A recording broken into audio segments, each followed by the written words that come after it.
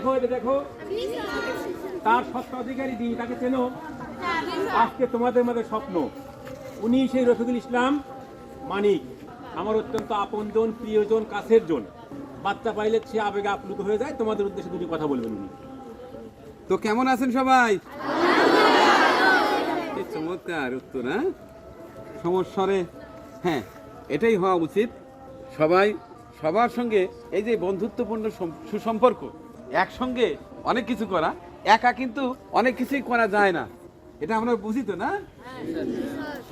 এই স্কুল খন্দকার আব্দুল মজিদ উচ্চ বিদ্যালয় আমার খুব পছন্দের একটি প্রতিষ্ঠান।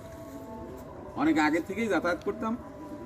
বিশেষ করে এই স্কুলে বেশ কয়েকজন শিক্ষক আছে, সবাই আমাকে যথেষ্ট ভালোবাসেন, আমিও তাদের শ্রদ্ধা করি। এর মধ্যে এই যে আমাদের মন্টু ভাই, এর কথা তো বলাই বাহুল্য, তোমরাও তাকে প্রধান শিক্ষক হিসেবে পেয়েছো, অত্যন্ত ভালো মানুষ। আসলে পাঠ্য পুস্তকে সব কিছু কিন্তু থাকে না বাবা, অনেক কিছু শিক্ষাগুরুরা শিক্ষা দেয় সেটা পাঠ্য পুস্তকের বাইরেও।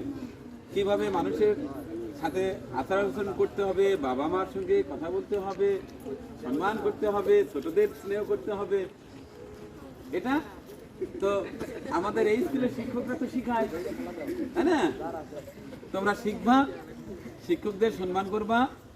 আর তোমরা জানো কিনা জানি না, আমার প্রধানত দুটো চ্যানেল আছে। একটা হচ্ছে কৃষি ভিত্তিক চ্যানেল, আমি কৃষি নিয়ে কাজ করি, গরু, ছাগল, হাঁস, মুরগি যারা পালন করে তাদের চিত্র তুলে ধরি, এবং যারা পালন করতে চায় তাদেরকে শেখানোর চেষ্টা করি কিভাবে লেখাপড়ার পাশাপাশি বা অন্যান্য ব্যবসার পাশাপাশি বা চাকরির পাশাপাশি এটা করা যায় স্বল্প পরিসরে।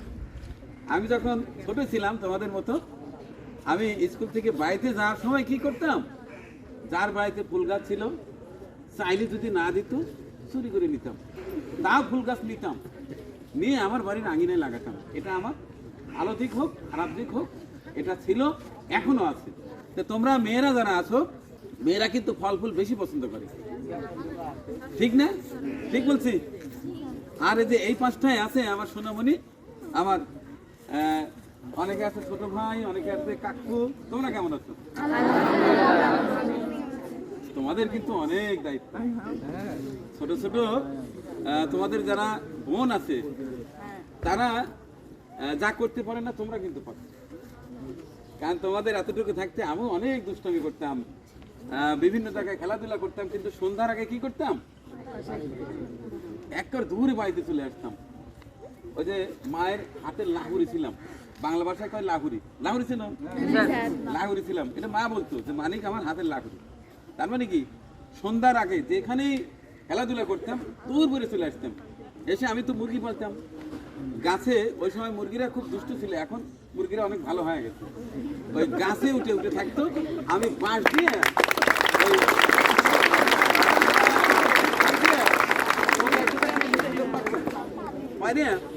এই যে গমের ভুসি, ধানের গুঁড়া, এগুলো মিক্সার করে মুরগিগুলোকে খাওয়াতাম, খাওয়ানোর পরে ওই ঘরে উঠাইতাম।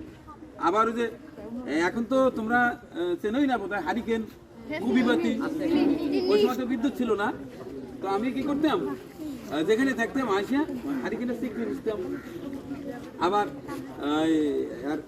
ন্যাম্পুর ওই যে পলতে তুলতাম, কেরোসিনের তেল ঢালতাম, আবার ঘর উঠান পরিষ্কার করতাম। এটাকে বলে মায়ের হাতের লাভ। তোমরা কি মায়ের হাতে সাথে কোনো কাজ করো, সহায়তা করো?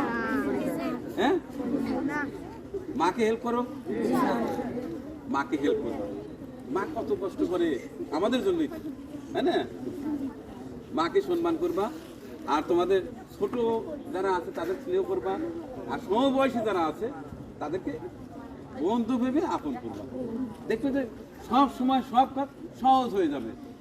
যেমন একটা পড়া তুমি বুঝতেছ না, স্যার আসবে, পড়া না পারলে কিন্তু পেটানো হবে, তাহলে একটা বন্ধু যদি আরেকজন হেল্প করো, যে আমি বুঝতেছি না, তুমি তার কাছ থেকে বুঝে নিলে, আরেকদিন কিন্তু তুমিও শিখতে পারো, তুমি ওর কাছ থেকে শিখতে পারো।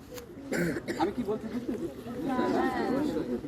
স্যার আসার আগেই আরেকটা বন্ধুর কাছ থেকে সে পড়াটা শিখে নিব, তাহলে বন্ধুত্বর সম্পর্কও ভালো, এবং স্যারও কিন্তু পেটন দেওয়ার সুযোগ পেলাম না। যাই আচমকাই আসছি লেকচার দেওয়ার জন্য না, মন্টু ভাই আমার খুব প্রিয়, তাকে সাথে নিয়ে একটা জায়গায় যাব। খুবই ভালো লাগছে যে তোমাদের সঙ্গে সামান্য একটু সময় আড্ডা দিতে পারলাম। তো সবাই দোয়া করো আমার জন্য। আর আমি একটা চেষ্টা করছি, চিন্তা আছে ভাই, সেটা কতটুকু বাস্তবায়ন করতে পারবো জানি না। আমার একেবারে ব্যক্তিগত একটা চিন্তা আছে উৎসাহিত করার জন্য। যা এখানে কয়টা ক্লাস আছে, সেই ক্লাসের সর্বোচ্চ মার্কস যে পাইছে তাকে সামান্য হলেও উৎসাহিত করার জন্য কিছু একটা করা। আপনার সঙ্গে একটু বলব বসে, হয়তো আপনার স্কুল থেকে শুরু হলো, এখানে আছে আমার যে ছোট ভাই আছে শৈলাল লিটন, আদর্শ সরকারি প্রধান শিক্ষক। আমি পর্যায়ক্রমে দেখি মেধাবৃত্তির মতো কিছু হ্যাঁ, আছে। সেটা গরিব হোক আমরা ধনী হোক, ওনাকে করতে দিয়ে করি এই বিষয়টাকে আমাকে কথা বলে মানে বড় অ্যামাউন্ট বা বড় কিছু বড় কথা না, না না পুরস্কার সামান্য। হ্যাঁ হ্যাঁ, আচ্ছা ঠিক আছে, ধন্যবাদ। Thank you. আমাদের টিফিন দিবেন না?